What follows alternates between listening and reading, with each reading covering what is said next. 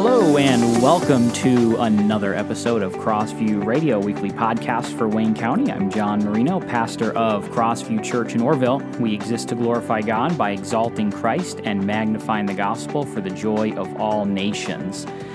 So, last week we talked a little bit about money and how the Bible frequently uses the language of worship when it talks about money. And by way of reminder, we saw in particular Matthew 6:24, no one can serve two masters, for either he will hate the one and love the other, or he will be devoted to the one and despise the other. You cannot serve God and money. And what I primarily wanted to establish last time was how not to relate to our money. We're not to trust it. We're not to love it. We're not to lean upon it.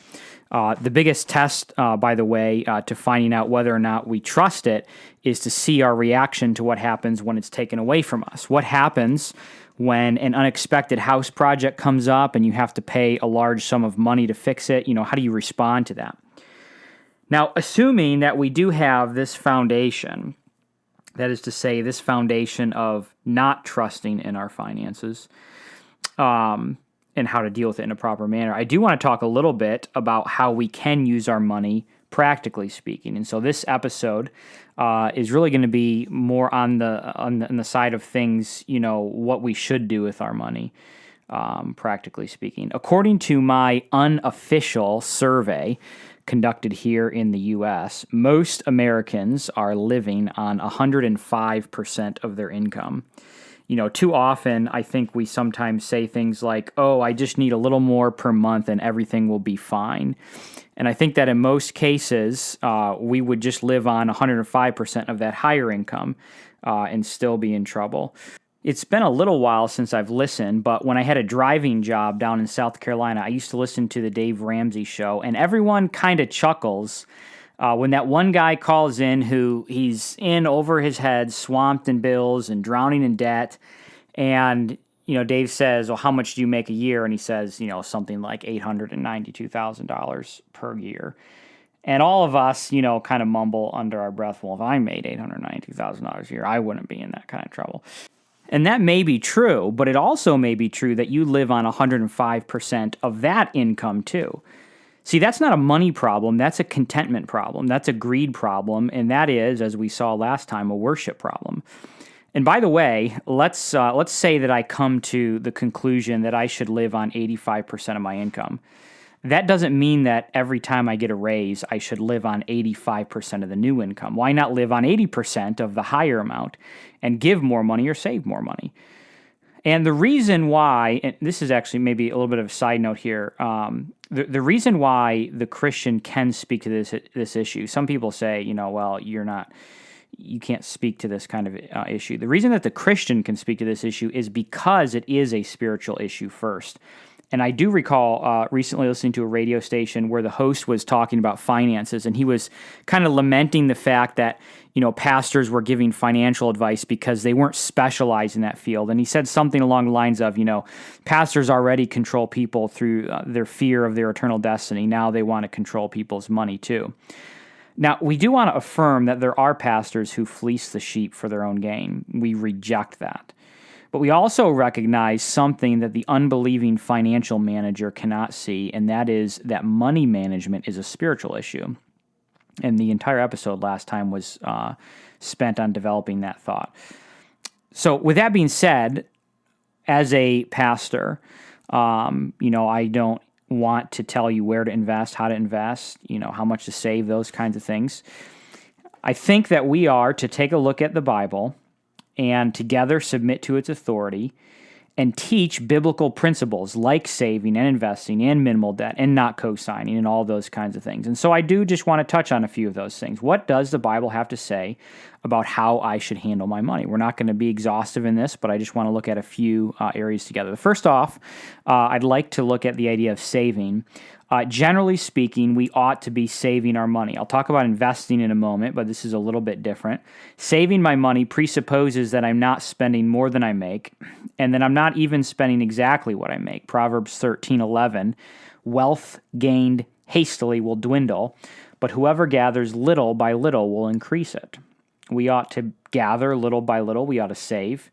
If you missed a paycheck, would you be able to make ends meet, for instance. We should strive to be at that point where we could continue to survive if we did miss a paycheck.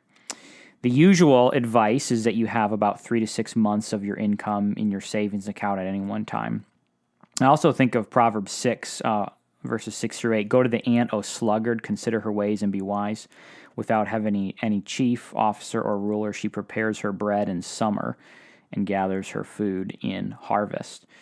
And while this passage primarily is rebuking laziness, it also is admonishing us to be like the ant in the sense that the ant stores or saves resources. How would we survive if we couldn't work for 6 months or something like that, or if an unexpected car repair comes up? There are all kinds of ways to do this today, especially with all the technology out there. Ours is set up automatically, so on the first of the month, money goes from checkings to savings account. Because if we wait until the end of the month, it probably won't happen. And so the first thing I think that we ought to do, biblically speaking, is we ought to be saving our money.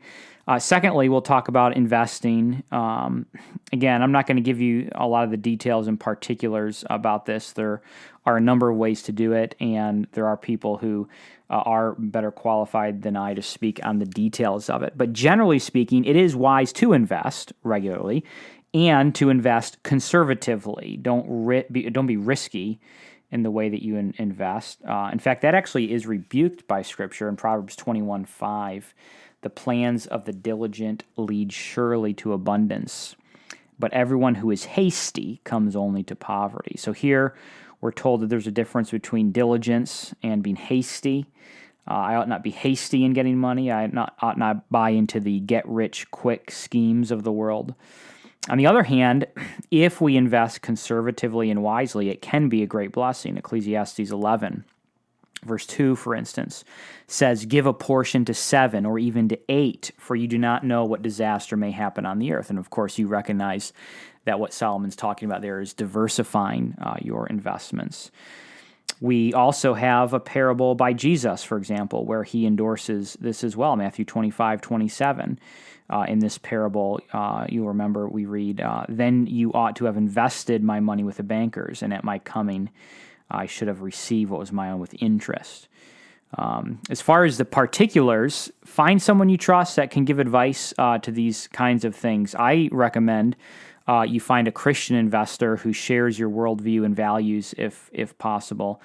And that's actually another reason why that's good. Not only will they invest the way that you're hopefully wanting to do that, but they'll also avoid investing in things that perhaps may be morally questionable and investing in companies that may not share your values. Things like that may be helpful to do.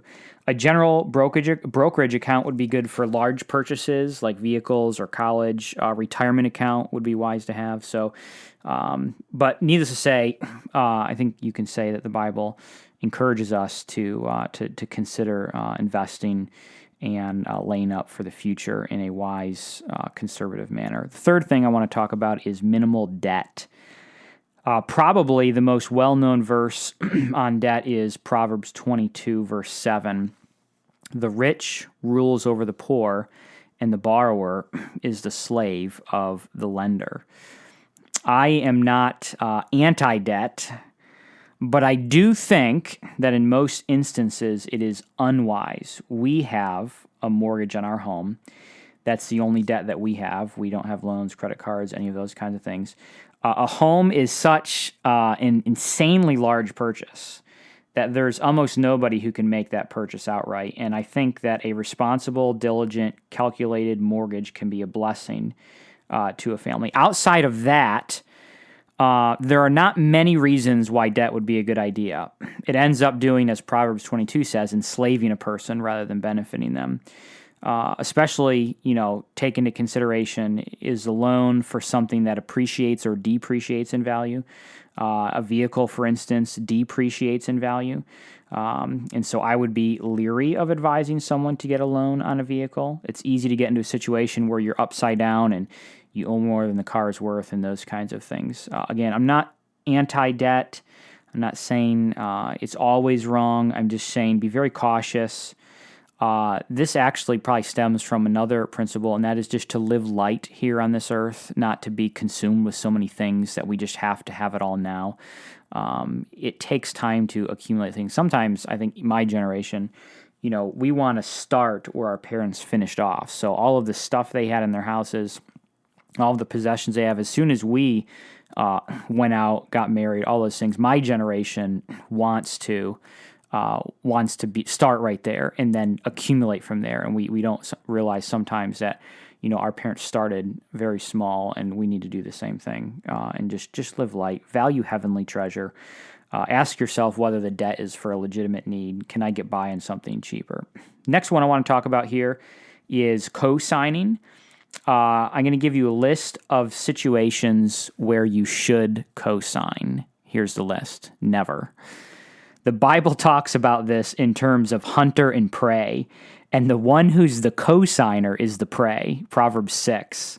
My son, if you have put up security for your neighbor, have given your pledge for a stranger, if you are snared in the words of your mouth, caught in the words of your mouth, then do this, my son, and save yourself.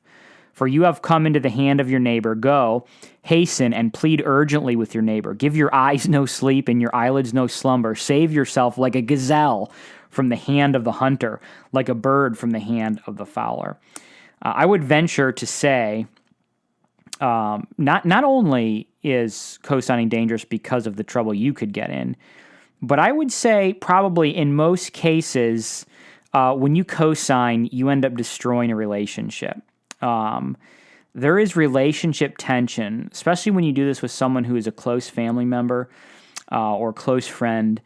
It can cause a lot of tension and a lot of stress in a relationship. Proverbs 17:18 says, one who lacks sense gives a pledge and puts up security in the presence of his neighbor. So the Bible is pretty straightforward on this one. Don't do it. We're going to look at one more here, and saving the best for last. There's a lot more that we could look at. But I want to look at the fact that we should be generous in our giving. This is more than just giving to the church, though it is that. And actually, let's take a look at that first. Giving to the church, we have 1 Corinthians 16:2. On the first day of every week, each of you is to put something aside and store it up, as he may prosper, that there may be, so that there may be no collecting when I come. So putting this stuff aside, finances aside for the church. I will say that I do know of people who give their tithe to parachurch organizations. And I think it's a good thing to give to parachurch organizations, but if that has replaced your giving to the local church, something is wrong. God is at work through the church, not the parachurch. I'm not saying parachurch organizations can't be helpful.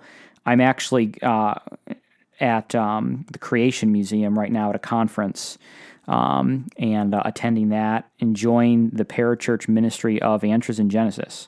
I love it. I value it. But there's a difference between parachurch and church. Give to your local church and give generously. But we're also to give to our neighbors. For instance, Proverbs 19:17, whoever is generous to the poor lends to the Lord, and he will repay him for his deed. To the rich, which, by the way, is us, Paul says this, they are to do good, to be rich in good works, to be generous and ready to share. All this giving doesn't leave much room for anything else, and to that I say yes. And, we have given before, and I have given before, and sometimes I'm sitting there writing that check, and I think to myself, man, I could really use this somewhere else. And it hurts sometimes. We can all afford to eat out less. We can all afford to have less Starbucks to the glory of God and the good of our neighbor. Being a generous giver demonstrates practically what we saw last week, namely that our trust isn't in our riches, but it's in God. It also demonstrates that we can be satisfied with less and testify that Jesus is enough for us. We know these things. We know what's true.